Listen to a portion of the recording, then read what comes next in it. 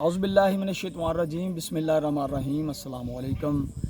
ہم آج صبح اکاڑا سے نکلے تھے کہ گاؤں چلتے ہیں، آپ کو گاؤں کا ماحول دکھاتے ہیں۔ تو اس ایریا میں ہم پہلے نہیں آئے ہیں، یعنی کہ 35 ٹوار کوگیاں والا۔ تو یہ جو ہے 35 ٹوار اور کوگیاں والا جو علاقہ ہے اس کا ایریا ہے، اور یہاں پہ یہ منظر آپ جو دیکھ رہے ہیں بہت ہی خوبصورت ہے اور بڑا ہی پرفضا ہے، صاف آب و ہوا ہے۔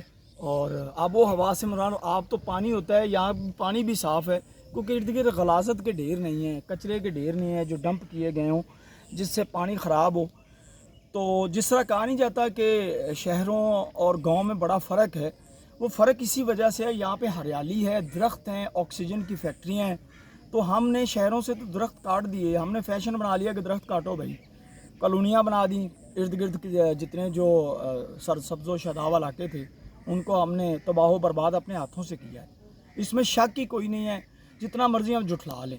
اگر آپ دیکھیں تو یہ دیکھیں کچے راستے ہیں، لیکن لوگ یہاں پہ بڑے پرسکون انداز میں آپ کو جاتے آتے نظر آتے ہیں، اور سادہ لوگ ہیں۔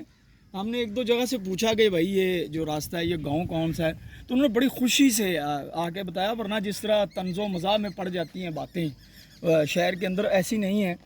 تو یہ بہت قریب گاؤں ہے اکاڑا کے، لیکن بڑا خوبصورت جگہ ہے اور دیکھنے کے قابل ہے۔ آپ بھی نکلیے اور اس ہریالی سے لطف اندوز ہوئیے، اپنی آنکھوں کو ٹھنڈک بخشیے، تو انشاءاللہ تعالیٰ آپ کو اچھا لگے گا اور ہماری بات کی صداقت بھی آپ کو پتہ چل جائے گی۔